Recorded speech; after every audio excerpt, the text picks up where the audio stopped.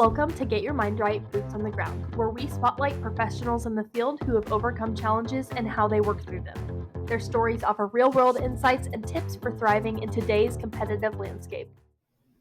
Good morning. John Johnson here, and welcome to Get Your Mind Right. This is the world's only podcast devoted to merchant services and digital marketing professionals. With me this morning is Brad Hollar, who's the Regional Vice President of Evolv Nashville.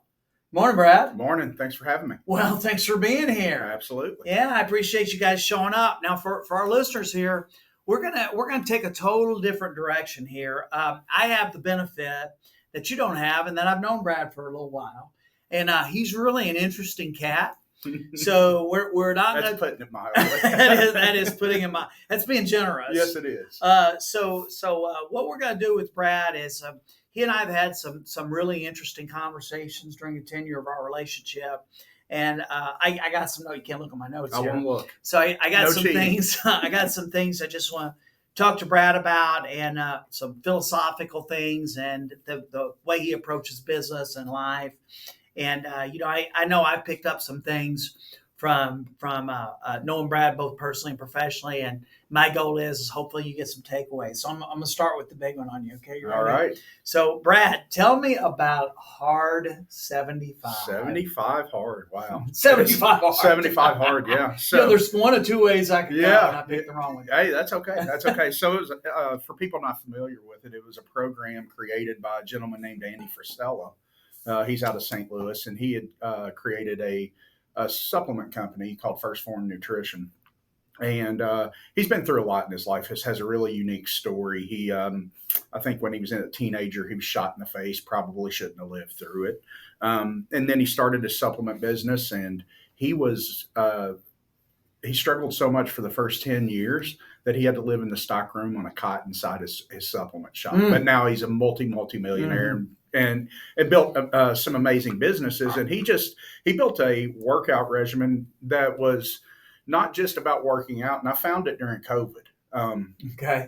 We had time on our hands during COVID. So I found it during COVID. And he also has a podcast, a great one for people that don't mind maybe a little bit of vulgar language, but it's called Real AF. But I started to listen to his podcast talking about 75 hard and researching the program. And what the gist of the program is, it's for mental and physical development.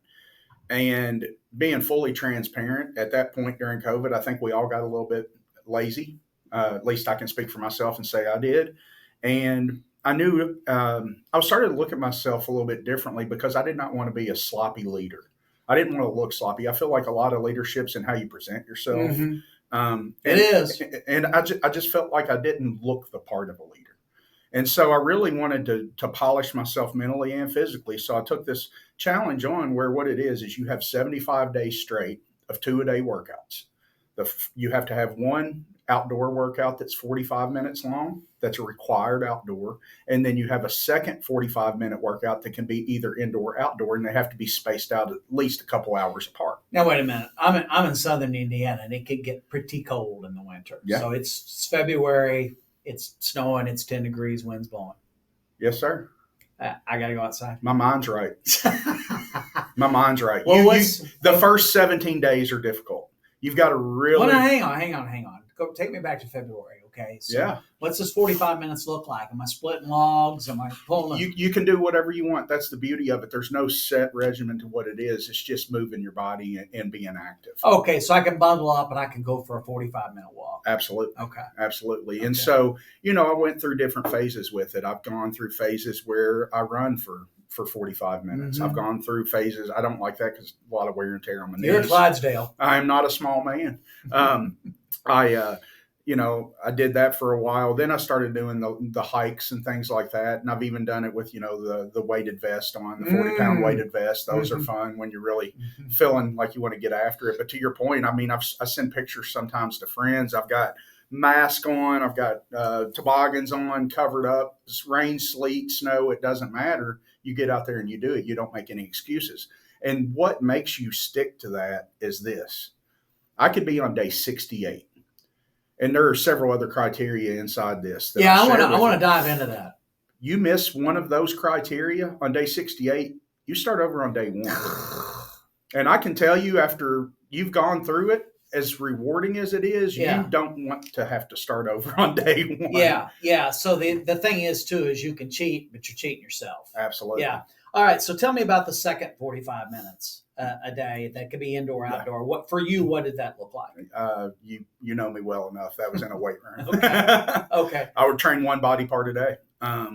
So no days off in the weight room. None. Okay, but 7 days a week. But you'd overcome that. You'd only do one body part. Yeah. Okay. Yeah. So my regimen is Monday legs, Tuesday chest, Wednesday back, Thursday arms, Friday I would do shoulders, and then Saturday I would typically do a combination of some kind of leg thing again, just some different muscle groups, and then Sunday do a little arm routine again. So could you turn that into let's just say there was you're just beat up, or for me, to lift weights, I got to be like in a certain place mentally and physically do that.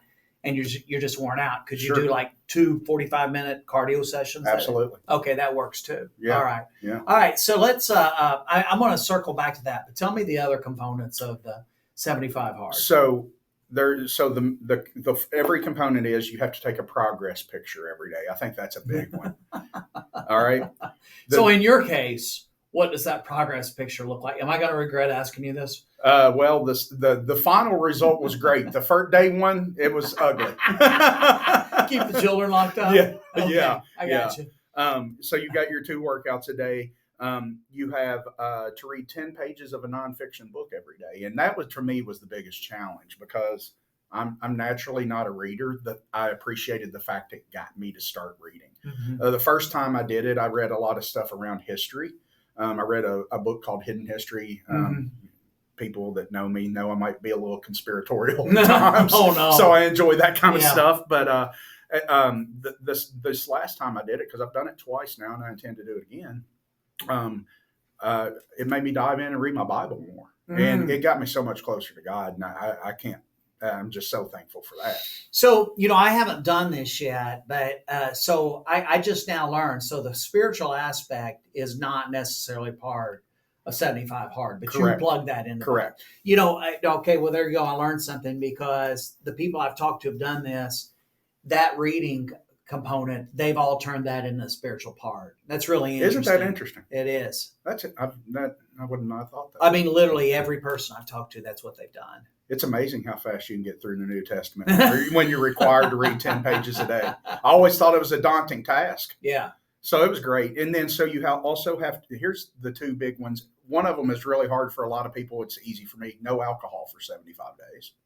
Now, is that a Brad hard 75, or is that part of That the is program? part of the program. Okay, so what's the impetus for that? Why did he insert that in there? Just to not have anything that's distracting you from what the goal is. Okay. And unnecessary calories at the end of the day. Okay. All right. Keep going. I want to circle back to that. And then the final piece is you have to follow a diet with no cheat meals. You get to choose your own diet, but you cannot have any cheat meals. If you have a cheat meal, any one single component, you could simply forget to take that progress picture. And I have an app on my phone. He has an app you can buy for $2.99 in the App Store, where you can track your progress. And it will ask you the next morning, if you forget to click one of them, it'll ask you, did you finish? And if you hit yes, it says, did you really finish, or are you cheating yourself? It really holds you accountable to it. So yeah, you can lie to me, but don't lie to yourself. But you do not want to start back over just because you forgot to take a picture. Yes. Before midnight. Yes. Okay, so let's circle back then. So tell me what this diet looks like. Because you said a diet. Yeah. What does that mean for you? So the first time I did it, I really did a macronutrients diet. Okay. So I was tracking 3,000 calories a day, really heavy in protein, moderately heavy in carbs. Mm-hmm. I was doing about 250 grams of protein a day, which is a challenge. I was doing about 125 carbs a day, but keeping my sugar intake under 10 grams. That was a big one. Fats didn't really watch as long as they were healthy fats. So your meals, you really had to think ahead. And I was doing meal prep during that one. Okay. This past time I did it, I've done a lot of research and RFK Jr. with some of the stuff he talks about really got me down a rabbit hole through my conspiratorial views to start looking at what I should be putting in my body. And so this past time, I just went to a natural diet of local foods, knowing the source of my meats, knowing the sources of my eggs, knowing that they were cage free and grass fed or whatever it may be, making sure it was lean, clean food that I was putting in my body with. And I just, at the end of the day, I didn't want to do anything that had any sort of preservatives, anything like that. Everything I put in my body during that last time, I wanted it to have 5 ingredients or less. Gotcha. So the alcohol, obviously there's the calorie aspect. Is there another reason beyond that alcohol's banned? Well, yeah, it alters your mind. You and I've talked about this before. You said we've had some unique conversations, and one thing that you and I very much agree on about alcohol, we're all victims of it. We do it from time to time, sometimes more often than we want to. But every time I drink, I feel like I'm disconnecting myself a little bit from God, and I don't like that feeling. So, okay, I want to come back to that. I want to bookmark that thought, but so let's go back to the beginning and the top of the conversation. You said something about like the first 17 days are particularly hard. They are, because you're getting used to going through it. You're going through all that pain and the soreness and, oh my gosh, can I really do this for a few more months? Yes. My wife's over here having pizza and enjoying life with her friends. And I'm taking my own meals when we go to events with people. Yeah. You feel kind of weird when you show up to a cookout and you're bringing your own food already cooked. Yeah. So that was the challenge for me. And then it's almost like on day 18, your mind shifts and you just accept that I can handle this. And you'll have a couple bumps throughout the road. I feel like around day 35, both times I did it was like, holy cow, I got a long way to go still. But then you start, the way I was doing it, we talk about if you're going to eat an elephant one bite at a time, right? So I would just set benchmarks for myself, and I would say I would benchmark each 5 days. So I got through 5. Now my goal is to get to day 10. Okay. When I get to day 10, my goal is to get to day 15. Yeah. I just won this 5-day ramp. Yes. Now I won this 5-day ramp. Right. Yeah. Okay. So tell me something. How many times have you been all the way through a hard 75? 2. 2 times. There will be a third time, probably before the end of this year or first thing next year. Okay. So first time you went through this, tell me, it can be good or bad.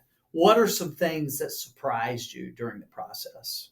So the first time, the biggest thing was just how much more focused I was in my day-to-day and how much more productive it made me at work. So, because you're intentional, right? I've got these things I've got to do, right? And you applied that same mentality to your work, right? Now, I haven't asked that question of other people. Do you think that's common, or is that unique to your personality I think it is, traits? And I think that's the reason he developed the program. Okay. He wanted overall mental and physical sharpness for you. Gotcha. And this is the springboard for that. All right. Any negative stuff other than the pain? I can't. I mean, I'm thankful for doing it every time. The negative is the self-doubt. Yeah. Okay. But once you get through that, I mean, you get to the end of that thing. And I remember the first time I did it, I literally, so my last workout on my 75th day, the first time I went through this thing, I was doing my outdoor workout for my last workout. So I'm doing my laps around the neighborhood, right? Each lap around my neighborhood's a mile. So I knew my distances and stuff and my timings and all that. So I knew when I was coming up that last little hill toward my driveway, it was like Rocky Balboa going to the top of the steps, right? I was running up there like this because I was so proud of myself for an accomplishment. It was amazing. Yeah. Yeah. That's pretty cool. It was. That's pretty cool. You have such a sense of accomplishment when you do something like that. When you really set your mind to, I'm not going to allow anything to take me off track of accomplishing this goal.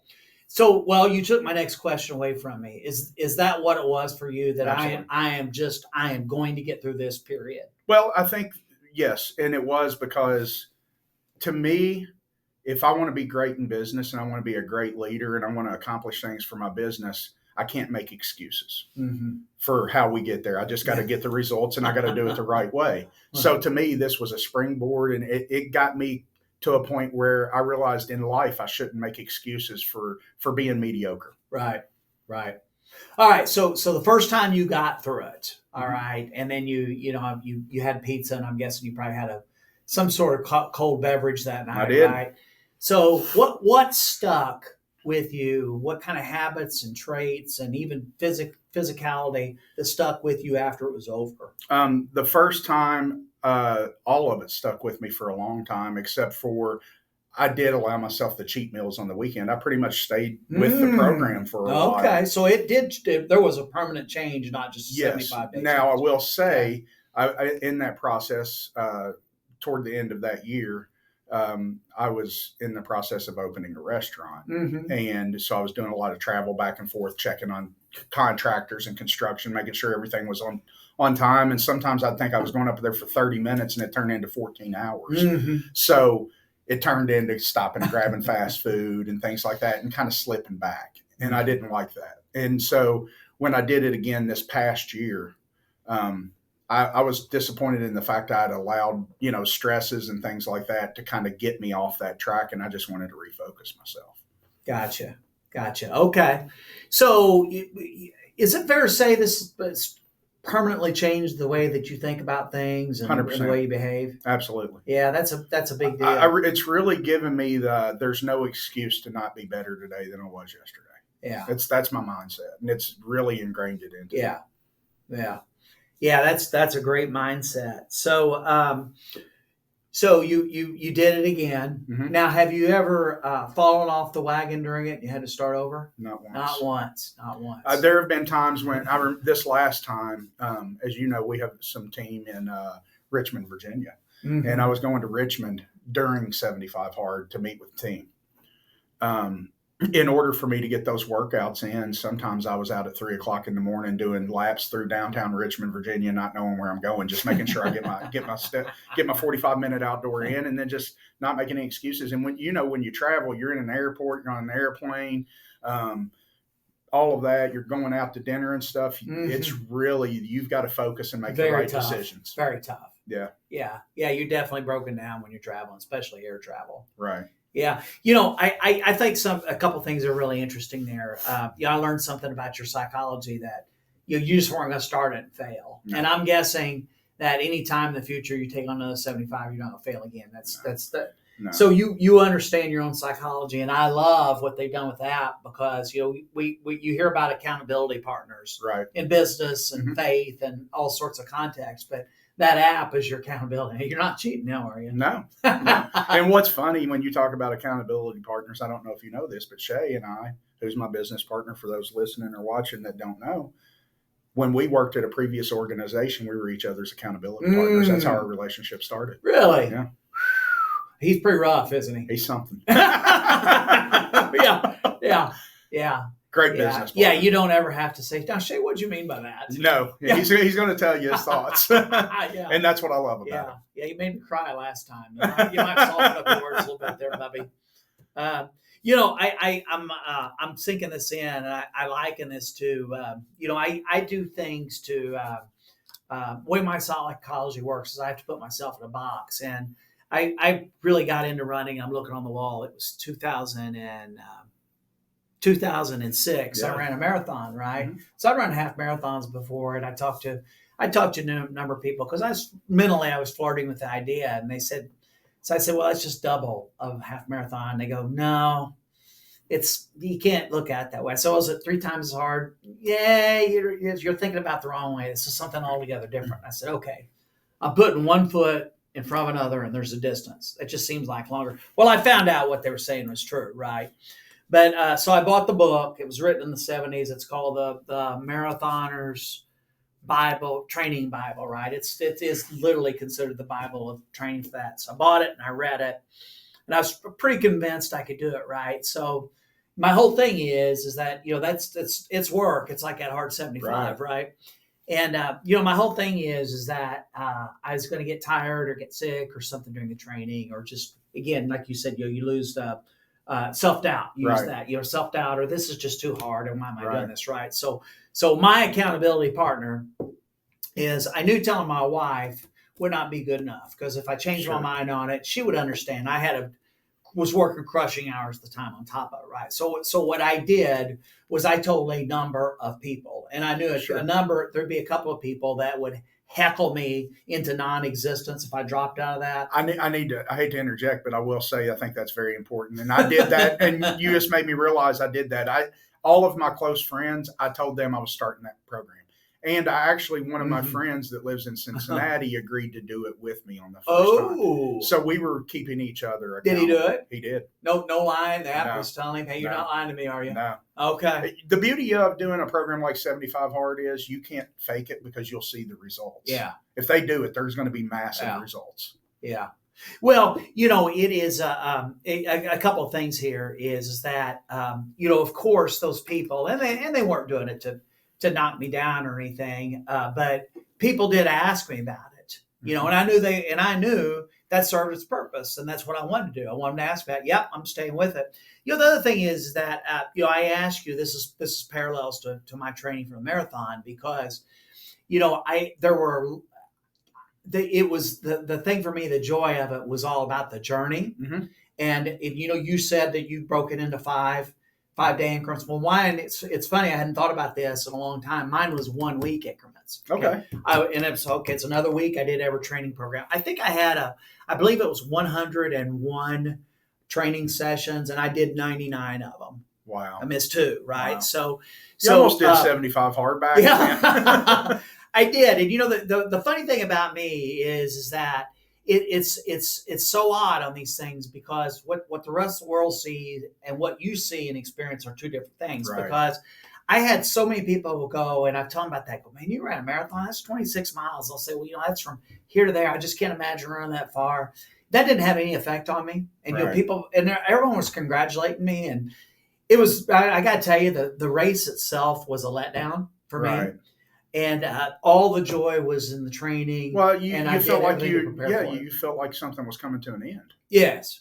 And it was something you were accomplishing, and now that's coming to an end. What's next? Yeah. So you got me fired up on this now because I will tell you, I'll never do another marathon. My wife's done a half marathon. I don't see. A lot of people can't understand 75 hard. I can't understand running that far. And even like we had our speaker at the summit this past year, Scott Welly. I think he does ultra marathons. Oh yeah, and he's done it's unbelievable to me that people can run that long. Yeah. Yeah. So you runners amaze me. Well, I'm not a runner anymore, right? Right.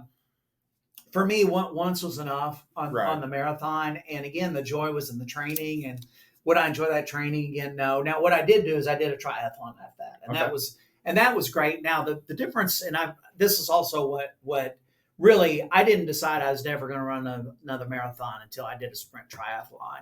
And the difference in that is there is joy in the race in the sprint triathlon. Right. I mean, it's the swimming and the biking and the running. There's a lot to that. I mean, the whole time I was emotionally and physically and engaged, and it's not like that in a marathon. It's just pain and all that. So yeah, that's great. I'm making this about me here. But I see parallels, Brad. Absolutely. I think once again, I think this was really interesting that, I know you're a spiritual guy, but it's funny, you're co-opting my phrase, get your mind right. But what the process of you getting your mind right and getting your body right and getting your fuel that's put in it right and keeping things out of it like alcohol. Well, what did that open the path to? It just opened the path to more being a more productive human, mm-hmm. and being a better husband, mm-hmm. And just not allowing distractions to dictate how my day went. Mm-hmm. I took the distractions away. I became laser focused on what the goal was for that day, mm-hmm. and that continues. And ultimately, what that's done is, from you look back to, COVID to now, we've started a company. We've done a merger with Evolv. Like, things are great, and I do attribute some of that to me being able to get focused and to get my mind right. Mm-hmm. Mm-hmm.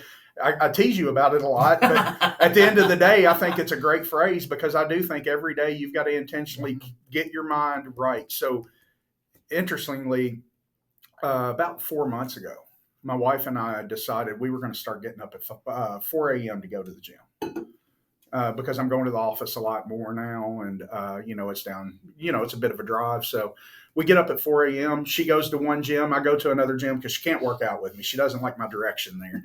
But and you can imagine that. You've met my wife. I was just going to say, I can't imagine why, but keep going. But, we get up, we leave the house at 4, we go to the gym, work out, we meet back at the house about 5:15, have coffee together for an hour and just have some time together before our day gets started. And that just catapults me into having, just really a phenomenal day and a good outlook on what my day is going to be like, because I get to spend that time with her. Sometimes in the evening, it's a little bit hectic. I might get home a little later. Might be traveling a lot. I'll get home tonight and probably want to go to bed because I've been here for 4 days. So it's always it gets me focused, and it's something we're constantly finding things to just implement to try to get our minds right and get our day started on the right foot and make us productive. Well, I had this plan. This is the only thing actually I had planned out for today, but I'm issuing you a new challenge. Okay. So you are going to be at Conclave, right? Absolutely. Okay. So here's what's going to happen. I'm going to give you something to train for. You and I are going to wrestle, and we're going to settle all this once and for all. I love it. Okay. I want it. You think you're ready? I'm going to get ready. That's a big tree to climb, folks. Only if we have Jerry Faith as a referee. No. I want someone unbiased and someone trustworthy. There you go. He's neither. So, Brad, it has been absolutely fantastic having you on the show. I would love to have you back. Yeah, I'd love to come back. I'd love to share some things that we do that I think make us successful. Yes. Yes. Absolutely. So once again, folks, I promised you a little bit different episode today, and I think we delivered on that. I'm going to ask you a favor. If you like what you hear today, you like what we're doing here, share this with a friend or a colleague. We are growing the show, and that's how we're doing it. It's all by word of mouth. So do me a favor and hit that like and follow and subscribe button. And until then, for Brad Hollar, I'm John Johnson, and get your mind right.